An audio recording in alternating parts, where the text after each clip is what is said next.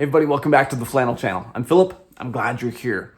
A lot of you probably already know this, but one of my many jobs that I do is I'm a writer for LargeCar Magazine. Now, back when I was trucking full-time, I had my truck featured in 10-4 magazine.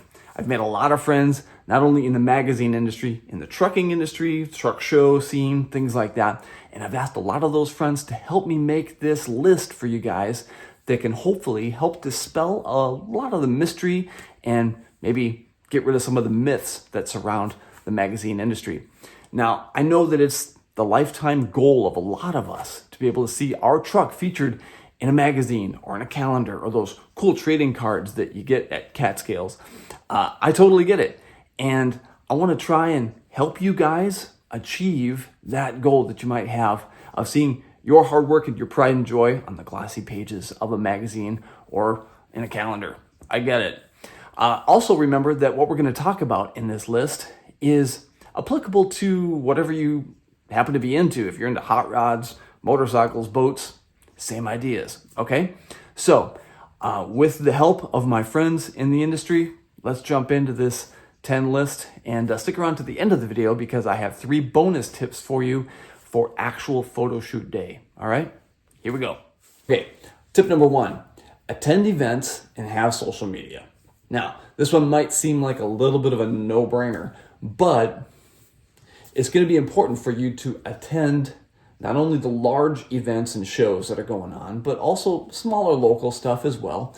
And it's important for you to be posting pics and videos on Facebook, Instagram, TikTok, YouTube, things like that, and kind of get the word out there that you're working on this new build. It's important to have in-process pictures and things during your build. You don't have to have a page that's necessarily dedicated to only your truck, but it's helpful if we go to your social media page and we can tell, okay, that's definitely that guy's truck, and we can put your name and your face with that particular rig, okay? Make sense? But yeah, you need to go to shows, you need to go to events, and you need to socialize, you need to shake hands with people, you need to kind of be out there, and you need to be posting pics of what you're working on, and when it's time to reveal your project, it'll be pretty clear and obvious already who you are. We'll be able to find you if it's cool. Number 2, make your truck photogenic. This is true not only of pictures that you take of your own truck, but remember that presentation is super key through the entire show.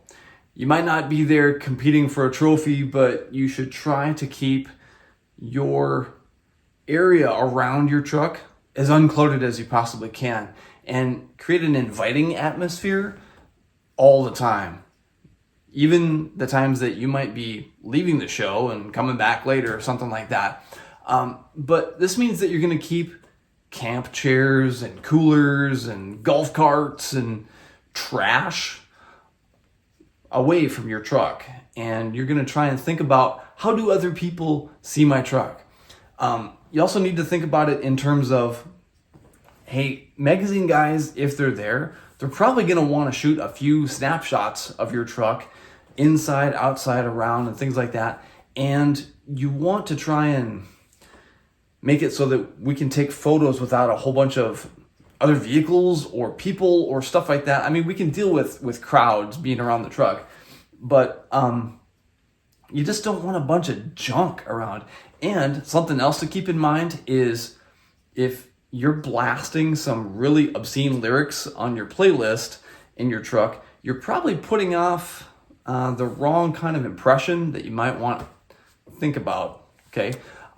But make sure that you don't have a whole bunch of detailing stuff scattered around. You might want to make sure you don't have a bunch of empty beer cans laying around from the night before and things like that.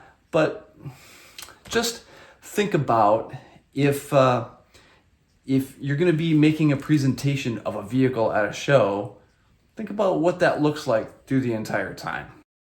You're hoping when you go to a show that you're not going to be too jammed in next to your neighbors and stuff like that. You want a little bit of space, but you also kind of hope that you're not way off in some obscure corner of the show where nobody really wanders off to. But rest assured, if your vehicle's cool, We'll find it.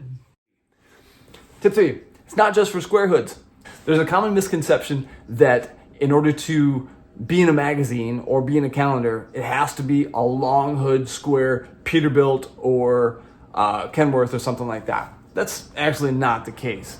Fact is, aerodynamic trucks are here to stay and they're hot. The trucking industry has had to go through adaptations and changes a lot over the decades. It's going to continue to keep happening, and we can't hate on something simply because it's having to adapt and change to the changing times. So there are cool trucks that have automatic transmissions. There's cool trucks that have ELDs. There's cool trucks that have DEF tanks on them. There's cool trucks that have to go through every different category and every different brand. I've seen cool Volvos. I've seen cool Scanias. Okay, you can't hate on this stuff just simply because it's modern and it's not old. Nobody loves the old school more than I do, trust me. But that just means that the definition of what is cool is changing. And as the industry changes, the trends change, and that means the magazine is going to cover the trends. Point number 4, it doesn't have to be done. Now, a work in progress is cool. We can all relate to that. Now, you might be driving around with mismatched paint for a while. Maybe you don't have your interior finished, or maybe you didn't detail under the hood. It's okay if something's not done yet. It's actually more important that you have things clean and that you have them neat than that you have them complete, okay? And in a blue-collar, working-class industry like the trucking industry is, we can all appreciate that, hey, it might not be pretty, but it's got to go out there and earn a living. So if you do a lot of the work yourself on your truck, we can appreciate that. And there's plenty of times that we've done a feature on a guy's truck where we didn't open the hood or we didn't take photos on the interior because it's not done yet. That's okay. That's very relatable. And so remember also that are big projects like this ever really done anyway? You know. Tip number 5, have an intentional theme. No cookie cutters. On your build, try to stick with a particular look or particular style, okay? Your truck is a representation of your personality, and proper planning and execution shows creativity and it shows intentional individuality. Remember that built is always better than bought, and you need to decide to make your truck stick out from the crowd with some one-off pieces or some custom touches that make your particular truck different than everybody else's. It needs to stand out from the crowd. There's a good chance that if it's something that's easy to do or something that you can just order from a catalog, everybody else is probably already doing it. So you need to do something that's a little bit different than that, that makes your truck individual, just like you are. And don't be like everybody else. And some helpful tips that might help make that happen would be color choices, stripes, doing a matching interior, doing a matching trailer. Okay, if you're constantly hooked onto the same trailer, do something that coordinates the truck and the trailer together. Some guys use a mascot. Pinstriping is an excellent way to tie things together, like your truck and your trailer or your sleeper and things like that. And remember, I'm kind of particular with pinstriping because there's a lot of history and tradition that goes along with it. Also remember that regions have very, very different styles. And so you're going to see a difference from East Coast trucks to West Coast trucks, and a difference between Northern trucks and Southern trucks.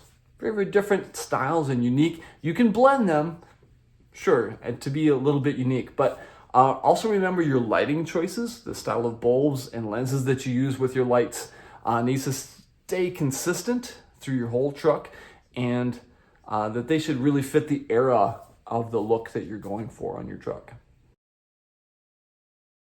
Number 6, be available at events. If you're at a show, try and be somewhere on the grounds as much as possible, doing things like leaving business cards, around is a good idea, or leave your name and your cell phone number up in the windshield of your truck. Leave your links to your social media up there, and that way we can look you up and we can find you when we're looking for trucks to feature. You don't need to feel like you're tethered all the time to only that little circle around your truck. It's okay to go out and, grab a bite to eat with friends and come back. Truck shows are a very, very social event. Mingling and getting to know people is a very, very important part of what we do.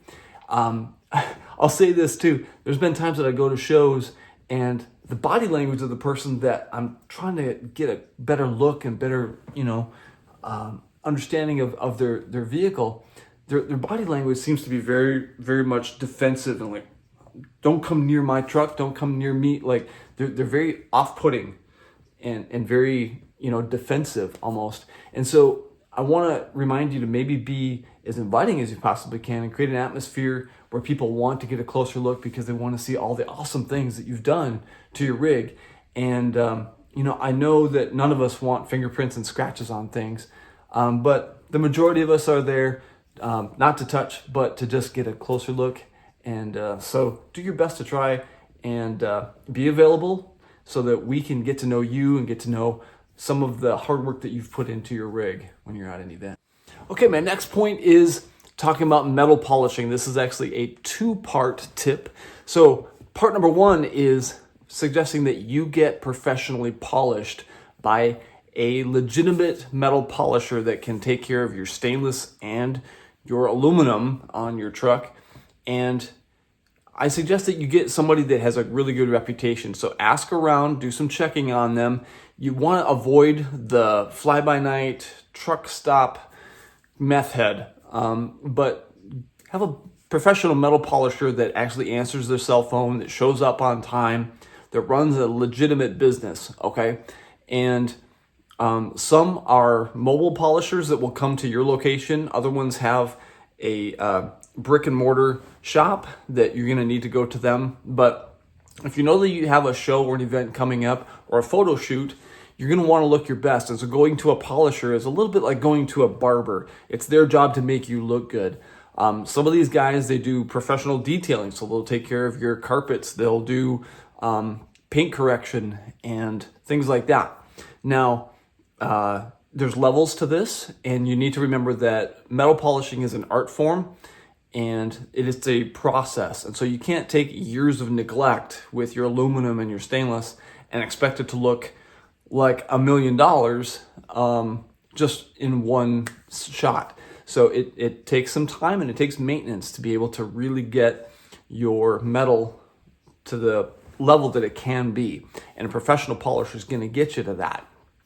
And there's levels to different polishers' skill set and abilities and their years of experience that go along with that. And so the guys with more experience and a higher clientele are probably going to get a higher rate per hour than the guys that are just starting out or maybe don't have as many years experience. A lot of times you get what you pay for when it comes to metal polishing. Now, part two to this point is if you're a do-it-yourself kind of guy, and that's kind of my style, is I suggest that you get professionally trained if you're going to do your own polishing on your truck. So if you want to learn to polish your own wheels, fuel tanks, take care of your stainless steel and things like that, that's awesome. There's a lot of great resources out there. There's classes that are offered. There's YouTube videos that you can watch, and you can buy all the same tools and equipment and materials and chemicals that these guys use. It's all available out there. And so if you want to do more than just do a quick wipe down at a show and you want to learn to actually get involved and know when it's time to sand and when it's time to polish and the steps that go into it, it's fascinating. I love it. Not everybody enjoys polishing, but I kind of geek out on that stuff. I suggest that you take a class and get professionally trained on how to do that and watch those videos and practice it, because it gives you a really good appreciation for the art form and the amount of work that goes into maintaining a shine on a truck, not just getting shined up once or twice a year. So teach their own, but I suggest that you either get professionally polished or that you take some classes to learn to polish yourself and it makes a massive difference in the quality of the shine that's on your truck, and it can go a long ways in getting noticed when it comes time to compete, not only for trophies, but to be noticed by magazines and maybe see your truck end up in a calendar or trading cards or, magazine, something like that. So, point number 8. This is a critical thing that I want to stress, because of all the guys that I talked to, every single one of them talked about how your attitude is key. I'm going to give you a direct quote from one of the editors that I spoke to. He said, "The prettiest truck on the planet can be ruined by the owner's attitude." By the way, there's nothing wrong with this guy's attitude at all. Just wanted to give you a cool truck to look at while I talk. What I think these guys are getting at is that you should be proud of your machine, but you need to be the right kind of proud. You need to show pride in your hard work. You need to be humble. You need to be excited about what you do for a living, and you need to represent the trucking industry. You need to represent your family and our rich heritage of this industry that we love so much. But if you're only there to show off your deep pockets and money, nobody wants to hear that. Nobody wants to be around that. And that puts a sour taste in everybody's mouth. So your attitude should be humility. It should be discipline. It should be dedication to seeing our industry grow. And it should be one of gratitude, and it should be one of the right kind of pride. Pride in what we do, pride in what we do with our machines, and the kind of care and love that we have for them, and seeing the next generation of truckers. But if all you're there to do is just flaunt what you have, nobody wants to be around that. So keep a check on your attitude. That's huge. Tip number 9, fresh eyes. What I mean by that is you could ask someone to stand back and help analyze your truck a little bit, maybe help you spot some things that you can improve that maybe you hadn't even thought of or hadn't noticed before, because you're around your truck so much that you don't even notice it anymore. So somebody that can be honest with you without really tearing you down and making you feel like crap, because you don't want your feelings hurt, but somebody that can just stand back and say, maybe you should paint that, or some zip ties here would make a huge difference, or is that the wrong visor? Maybe you want a different visor, or, you could get a fifth wheel cover over that thing. That would help a lot. Things like that can help you see something in a different way and in a different perspective that could be helpful for you. So get some advice from some people that you can trust. Tip number 10, don't hound the magazine guys. When the magazine crews, especially the editors that make the decision of what trucks get asked to be in different features, those guys tend to keep a pretty low profile at a show, and they do that on purpose. Now, just remember that rejection hurts a lot. And so being asked to be in a magazine or a calendar, that's a very big deal, and you want to treat it with the proper amount of honor and respect and humility that would come with that. So rejection hurts, and it's better to just let them ask you instead of you approaching the magazine guys and hounding them about when your truck is going to get featured. I want to do that. All right, so you have now been officially asked to be featured in a magazine or a calendar or a collector's card, something like that. It's so cool. Huge congratulations. That's a lifetime achievement.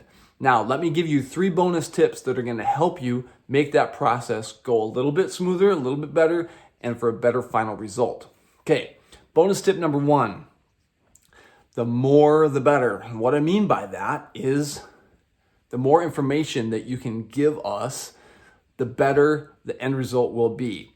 You're going to be interviewed not only in person, but it could be maybe over the phone, or maybe going back and forth with emails or text messages or things like that. But we need the specs, not only for your truck, but we need as much information as you can give us, because we want to do a write-up on you, on your family history, how long you've been trucking, and then of course we need all the details on the truck itself. So engine, transmission, wheelbase, what you haul, where you go, things like that. And then all the custom stuff that you've done to your truck, we want to know about it. We want to know who did your paint, who's your polisher, what's the artist that did the pinstriping on it. All the stuff that we've talked about leading up to this moment, we want to know all the geeky details about it, because that can make for a better article that we can write about you, and we can make you look better and make your machine look better because we have more information to go off of. So if you're filling out that spec sheet,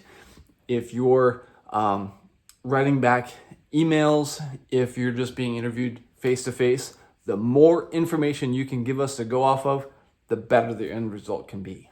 Bonus tip number 2, be prepared to be photographed yourself. Now, most of us think about, if my truck's going to be in a calendar, I'm not going to be in it. Well, be prepared. There's a good chance that the photographer's probably going to want to take a couple of snapshots that have you in the photo somewhere. So wear a clean shirt. If your family's around, maybe the photo shoot's happening at your family farm or your business, prepare everybody that's nearby. They might be included in a couple photos too. So do something that coordinates a little bit. Make sure you wear a clean shirt. And it's really only because we want to tell your story and your family's story, and we want you to help represent the story and come across well. So when I got the feature written on me, I was completely caught unaware and surprised that I would be photographed that day. I wish I'd have worn a different shirt, but whatever. It's in the past now. So just a heads up, be prepared. You might be photographed as well as your truck. Bonus tip number 3, remember that you represent trucking. And so to the youngsters out there that maybe don't even have their driver's license yet, or to someone who is maybe on the outside of the industry looking in, you are the person that in that moment is representing the heritage and the rich traditions that we have in our industry. And so you're going to show humility and pride in your ride, and you want to showcase that in an attractive way that really puts a positive spin on all the things that we hold so dear in this industry that we love so much. Anyway, if this video has been helpful, great. I hope it has been. But if this is the kind of content that you like and that you enjoy watching, that's been helpful for you, you know what to do. You don't need me to beg you for it. But hey, get on out there, show pride in your ride, keep turning those loads. I'm proud to be a part of the trucking industry. And like I said before, these same ideas apply, whether it's hot rods or boats or motorcycles or whatever it is that you're into. If you want to see your hard work being put into publications, then you need to present yourself well. And I couldn't ask for a better group of people to be around. And I'm truly, truly blessed to do what I love to do. So thanks so much for watching and supporting this channel, everybody. Peace and grease.